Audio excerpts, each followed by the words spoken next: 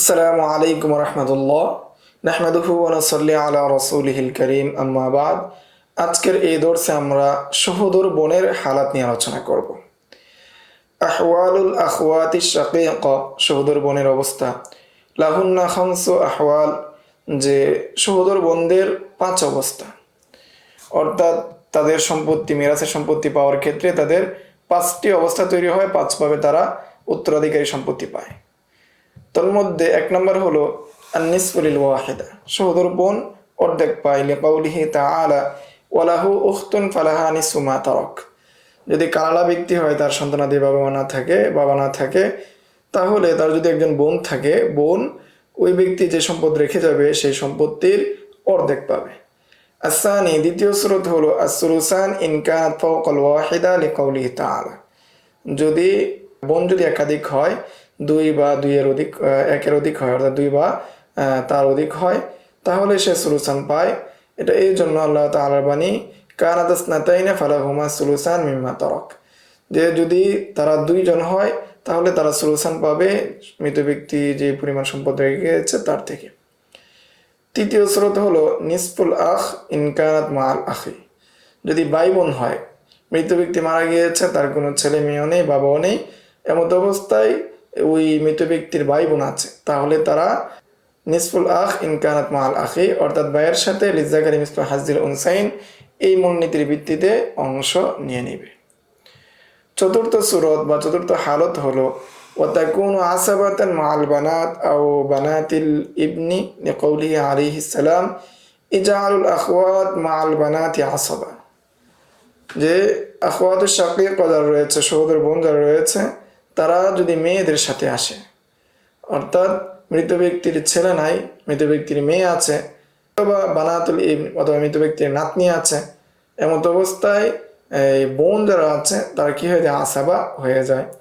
এটা রাসূল সাল্লাল্লাহু আলাইহি ওয়াসাল্লামের একটি হাদিস থেকে এই মূলনীতি এসেছে, যে রাসূল সাল্লাল্লাহু আলাইহি ওয়াসাল্লাম বলেন যে তোমরা মৃত ব্যক্তির মেয়েদের সাথে আসাবা হিসেবে গণ্য করো, অর্থাৎ তারা আসাবা হিসেবে বিবেচিত হবে।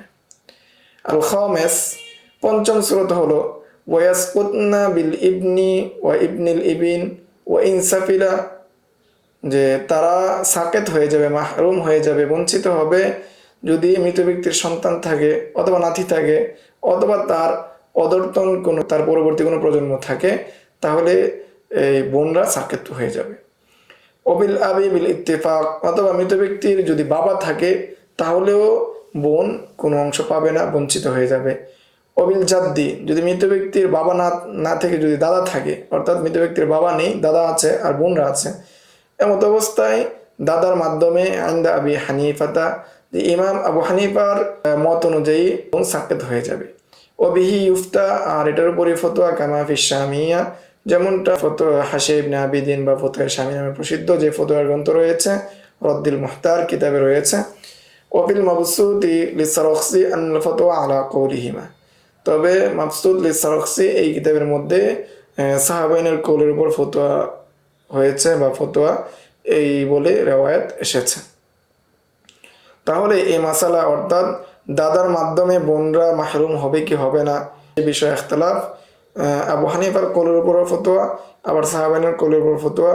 আবু হানিফার কওলের উপর ফতোয়া, এটা কি হাশি ইবনে আবিদিনের মধ্যে আছে, ফতোয়া শামীর মধ্যে আছে। আর আল মাবসুদ লিসারখসি এই কিতাবের মধ্যে এসেছে যে সাহাবাইনের কওলের উপর ফতোয়া। এর উদাহরণ হলো নাম্বার 1, যে মৃত ব্যক্তি একজন মারা গেল, যে পুরুষ একজন ব্যক্তি মারা গেল, তার একজন বোন আছে, একজন স্ত্রী আছে এবং একজন মা শরীক বোন আছে, অর্থাৎ বৈপিত্রীয় ভাই। এমত অবস্থায় বোন যে রয়েছে সে নিসফ পাবে, অর্থাৎ সমস্ত সম্পত্তির অর্ধেক পাবে। সহোদর বোন যে, সে সমস্ত সম্পত্তির অর্ধেক পাবে, এবং স্ত্রী যেহেতু তার সাথে কে নেই, কোনো সন্তান আদি নেই, এই জন্য স্ত্রী রুবু বা 4/1 পাবে, চতুর্থাংশ পাবে, এবং মা শরীক যে বোন আছে সে সুদুস পাবে। দ্বিতীয় স্রোতে মাসলা হলো একজন ব্যক্তি মারা গেল, একজন মহিলা মারা গেল, তার স্বামী আছে এবং তার 2 জন সহোদর বোন আছে এবং তার মা আছে। তো স্বামী তার সম্পত্তির অর্ধেক পাবে এবং বোন সুলুসান পাবে, অর্থাৎ 2/3 পাবে, এবং মা যেহেতু মার সাথে কি নেই, সন্তানাদি নেই, সেই জন্য সাথে আবার কিন্তু এখানে মার সাথে কি আছে, স্বামী আছে।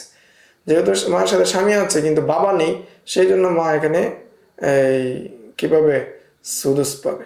এবং মায়ের আরেকটা হালত আমরা কি জেনে এসেছি যে মা যদি সন্তানের সাথে হয় তাহলে সুদুস পায়, আবার বোন ভাইদের সাথে যদি হয় তাহলে সে সুদুস পায়। তো এই হিসাবে মা এখানে সুদুস পাবে।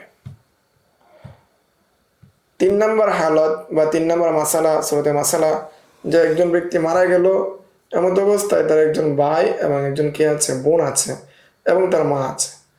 তো মা যেহেতু মায়ের সাথে কি আছে, ভাই বোন আছে, সেই জন্য মা সুদুস পাবে। আর বাকি যে অংশ রয়েছে সেটা লিয-যাকারি মিসলু হাজ্জিল উনসাইন, এই মূলনীতির ভিত্তিতে তাদেরকে ভাগ করে দেওয়া হবে। চতুর্থ মাসালা হলো বা চতুর্থ সূরাতে মাসালা হলো যে একজন ব্যক্তি মারা গেল, তার 2টা কন্যা সন্তান আছে, একজন বোন আছে।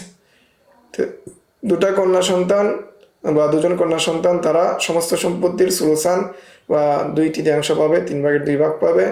এবং বোন আসাবা হিসাবে, অর্থাৎ মেয়েদের সাথে সে আসাবা হিসাবে বাকি যে অংশ রয়েছে সেটা পেয়ে যাবে। 3 ভাগ হলে 2 ভাগ তারা পেয়ে যাবে আর 1 ভাগ বোন পেয়ে যাবে। পঞ্চম সূরত হলো যে একজন ব্যক্তি মারা গেল, তার সাথে আছে বোন এবং কি একজন মেয়ে এবং স্ত্রী রয়েছে। এমন অবস্থায় বোন ছেলের কারণে, অর্থাৎ মৃত ব্যক্তির ছেলে সন্তান থাকার কারণে বোন সাকেত হয়ে যাবে। এবং ইবিন সে স্ত্রীর যে পরিমাণ সম্পদ সুমন, অর্থাৎ 8 ভাগের 1 ভাগ, সেটা নেওয়ার পর বাকি যে সম্পত্তি আছে সে আসাবা হিসেবে বাকি সম্পদ পেয়ে যাবে। ষষ্ঠ সূরত হলো যে একজন ব্যক্তি মারা গেল, তার একজন বোন আছে, তার একজন ছেলের ঘরে নাতি আছে এবং তার মা আছে। ছেলের ঘরে নাতি থাকার কারণে তার মাধ্যমে বোন মাহরুম বা বঞ্চিত, এবং মার যে ষষ্ঠাংশ রয়েছে ছেলের সাথে, মা সুদুস পায়। সেই সুদুস নিয়ে যাওয়ার পর ছেলে বাকিটা আসাবা হিসাবে পাবে। 7 নম্বর সূরত হলো যে একজন ব্যক্তি মারা গেল, তার বোন আছে, তার বাবা আছে, দাদি আছে। দাদি হলো মায়ের দিক থেকে, অর্থাৎ জাদ্দাতুন উম্মুল অর্থাৎ নানি, আমাদের দেশীয় পরিভাষায় নানি। তাহলে এখানে বোন বাবা থাকার কারণে মাহরুম হয়ে যাবে। এটা আহনাফ এর সর্বসম্মতিক্রমে বোন মাহরুম হয়ে যাবে। এবং বাবা মা বাপকে আসাবা, যে মায়ের দাদির যে অংশ রয়েছে সেই অংশ, অর্থাৎ দাদি বলতে এখানে আমাদের দেশীয় পরিভাষায় নানি, নানির যে অংশ রয়েছে, নানি মাহরুম হবে না বাবার মাধ্যমে, কেননা সে তার অর্থাৎ বাবার ঊর্ধ্বতন নয়, সেই জন্য নানি কি হবে না, মাহরুম হবে না। নানি সুদুস নেবে, সুদুস নেওয়ার পর বাকি যে পরিমাণ সম্পদ রয়েছে সেই পরিমাণ সম্পদ বাবা পেয়ে যাবে। 8 নম্বর হলো বা 8 নম্বর সূরাতে মাসালা হলো একজন ব্যক্তি মারা গেল, তার বোন আছে এবং ছেলের ঘরের নাতনি রয়েছে এবং দাদা রয়েছে। এমন অবস্থায় বোন মাহরুম হয়ে যাবে দাদার মাধ্যমে। এটা হলো ইমাম আবু হানিফার মত অনুযায়ী, এবং এই মতের উপর ফতোয়া এসেছে ফতোয়া স্বামীর মধ্যে। কিন্তু সাহাবানের মত অনুযায়ী বোন মাহরুম হবে না, এটা আমরা জেনেছি পূর্বের স্লাইডগুলো থেকে। এবং মেয়ে যেহেতু একজন, অর্থাৎ নাতনি যেহেতু একজন, সে নিস পাবে, আর বাকিটা দাদা পেয়ে যাবে, দাদা সুদুসও পাবে।